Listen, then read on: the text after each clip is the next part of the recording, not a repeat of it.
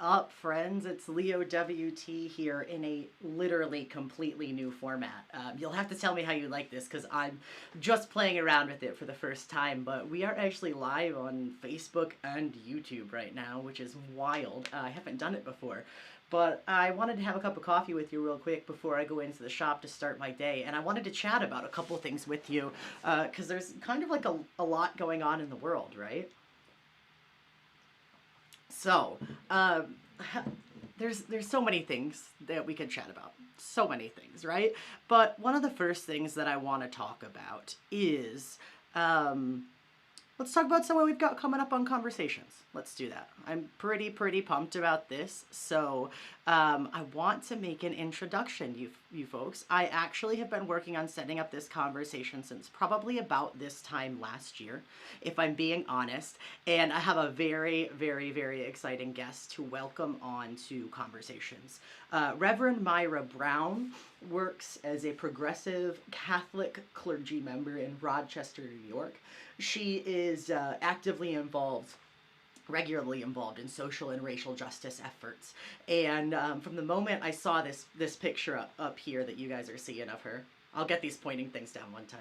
But from the moment I saw this picture of her, it spoke to me, right? Like someone who is willing to stand up and take real, actual spiritual and religious practices from the altar to the streets, and coming out of this cloistered setting and really really trying to make a difference in the world. And I was able to confirm with her finally that we are going to be able to get her on the podcast. So she's going to be on June 27th. I know that seems like a long time away, but I have a podcast booked every Sunday until then. And then I have 2 to 3 guests every week until then. So we've got a lot of content coming up for you. But Reverend Myra, aside from or along with doing her social justice activism and racial reconciliation type of work in Rochester, she also leads a progressive Catholic conversation, and I'm really excited to talk to her about that because, to be honest, I grew up not having much knowledge of Catholicism at all, and I'm really excited to see kind of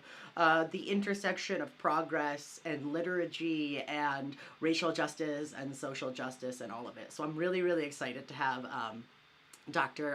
Reverend Myra Brown on the show with us. So that'll be coming up in June. So you're going to want to take a peek at that. So I think it's going to be a good time. If that picture doesn't give you chills, we've got like a whole nother situation, right? A whole nother situation happening. For a black female to be willing to stand up and to say, hey, this needs to happen. I think that's pretty awesome. So we also have something fun to talk about. For those of you who aren't aware, big things were happening in the church world, like the liturgical church, I guess you want to say. But the Lutheran Church actually nominated the first transgender bishop. So Reverend Dr. Megan Rohr is the bishop elect.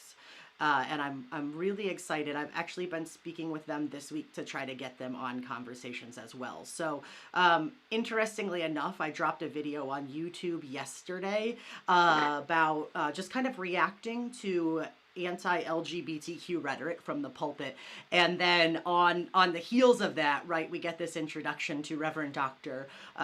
Megan Rohr, and I'm really excited to speak with them and to hear more about their work. I think it's a big move for the Lutheran Church to elect a non-binary trans clergy person. I feel like that's huge progress. And if you go on, well, like, you should never go on the comments, because not reading the comments is a form of self-care, right? Like, there's actually a Facebook page you can tag that says that.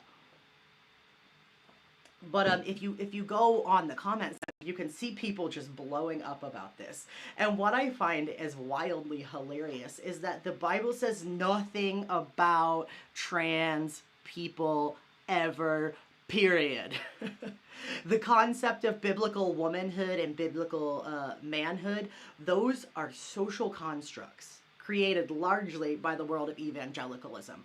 The Bible says nothing about being trans. As a matter of fact, there were trans people in the Bible.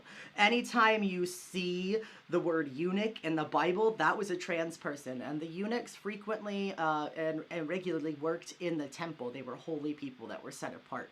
So I find that to be wildly interesting. When people try to use the Bible to argue against trans people, there's not really a leg to stand on. Besides the fact that, like, trans and non-binary people are absolutely in keeping with biology. There are over 29,000 species of queer animals that are naturally occurring, and there are currently 13 recognized scientific biological sexes, so combinations and permutations of XY chromosomes. I'd be happy to drop some links if you guys would like to hear about that. I also made a video about it on the YouTube channel for Conversations, and it's called There Are How Many Sexes, where I dive into some more information on the topic. But with all that being said, I'm really excited for the progress of the Lutheran Church with bringing Dr.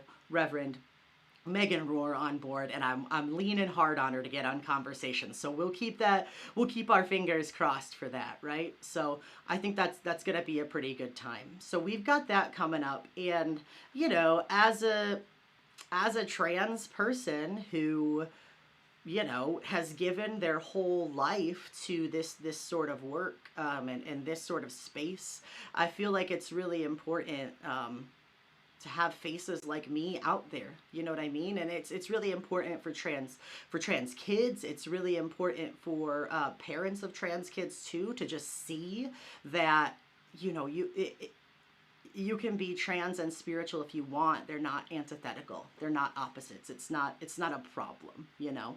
So congratulations to the Lutheran Church. Congratulations to Reverend Dr. Megan Rohr. I can't wait to see all the outrage and all the videos from people reacting to their elect status, but you can bet your ass that I will be making response videos. So the next thing I want to talk about for just a minute is the idea of being anti-racist, right? So this sign popped up in Bradford, PA, which, I don't know, if you're from the Olean, Bradford area, you're familiar with the interesting nature that is Bradford, PA. But if you take a peek at this sign, someone felt the need to put up a sign in front of Bradford that says "Welcome." Bradford is not racist. UPB, which is the University of Pittsburgh, Bradford is not racist. Stop sowing seeds of dissent. I just don't understand, like, if you're not racist, you don't need to go around saying you're not racist because it's obvious, right? Much like I had a woman walk up behind me when I was coming to the shop one day and just start screaming all sorts of just really, like, horrific gay slurs at me, and she was just she kept walking away but kept talking, and I was like trying to just get her away from the shop. She seemed unstable, right? And she turned around and all of a sudden she looked at me and she's like, "And I'm not on drugs."